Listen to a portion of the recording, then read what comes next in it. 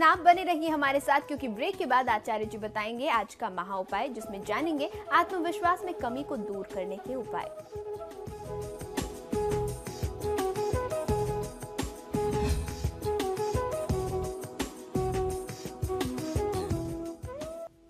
Break के बाद आप सभी का एक बार फिर स्वागत है। चलिए अब बारी है आज के विशेष महा उपाय की, जहां आचार्य जी हमें बताएंगे कि आत्मविश्वास की कमी को कैसे दूर किया जाए। जी आचार्य जी बिल्कुल, ये बहुत ही महत्वपूर्ण विषय है। हमारे दर्शकों ने निरंतर हमसे प्रश्न किया कि हम बहुत सारा काम करते हैं, उनके परिवार में ऐसे बहुत सारे बच्चे हैं जो पढ़ाई बहुत मन से करते हैं, सारी प्रिपरेशन बहुत अच्छी होती है, लेकिन जब कभी इंटरव्यू की बात आती है या कभी किसी को फेस करने की बात आती है तो अचानक से आत्मविश्वास की कमी का अनुभव होता है। ऐसा क्यों होता है?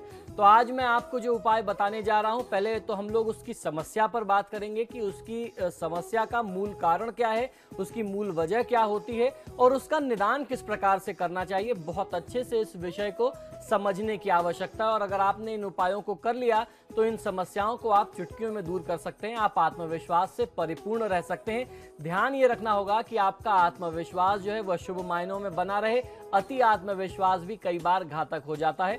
तो इस उपाय को किस प्रकार से करना है आप भली भांति स्वयं अपने लिए अच्छे तरीके से समझ सकते हैं।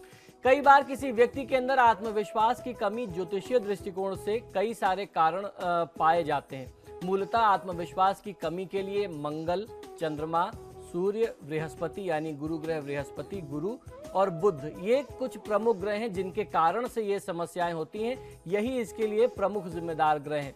इसके निदान के लिए व्यक्ति की कुंडली को देख करके उसमें बैठे ग्रहों के अनुसार ही इसका उपाय किया जाना चाहिए। यदि आप कुंडली के अनुसार इन ग्रहों का उपाय करते हैं तो निश्चित ही आपको फायदा मिलेगा। और अगर आप आत्मविश्वास की कमी से जूझ रहे हैं तो विश्वास मानिए कि मंगल, चंद्रमा, बुध और बृहस्पति, इन चार में से कोई ना कोई एक ग्रह या फिर इनमें से ही किन्हीं ग्रहों का एक ऐसा अशुभ संयोग होगा जिसके कारण आपको ये आत्मविश्वास की कमी का अनुभव हो रहा है, आपको ऐसी समस्या का सामना करना पड़ रहा है। तो एक ग्रह भी प्रभावित हो सकते हैं, एक से ज्यादा भी ग्रह प्रभावित हो सकते हैं, उसमें आपको प्रभाव अलग अलग प्रकार से मिलेंगे। तो किस प्रकार से किस ग्रह का निदान करना है ये उस व्यक्ति की विशेष कुंडली देख करके ही पता चलेगा कि किस व्यक्ति के लिए कौन से ग्रह विशेष का निदान किया जाना चाहिए।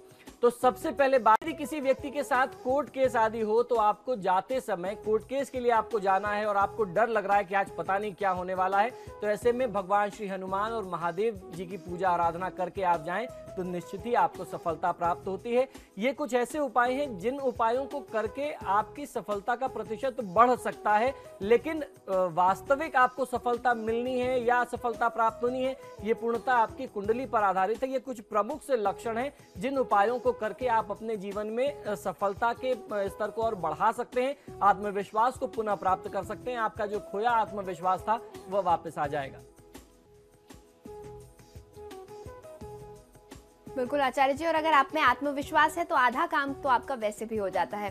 फिलहाल आपके सितारे में आज के लिए इतना ही। आचार्य जी, आप हमारे स्टूडियो में आए उसके लिए बहुत बहुत धन्यवाद। जी नमस्कार। खबरों के लिए आप देखते रहिए समाचार प्लस।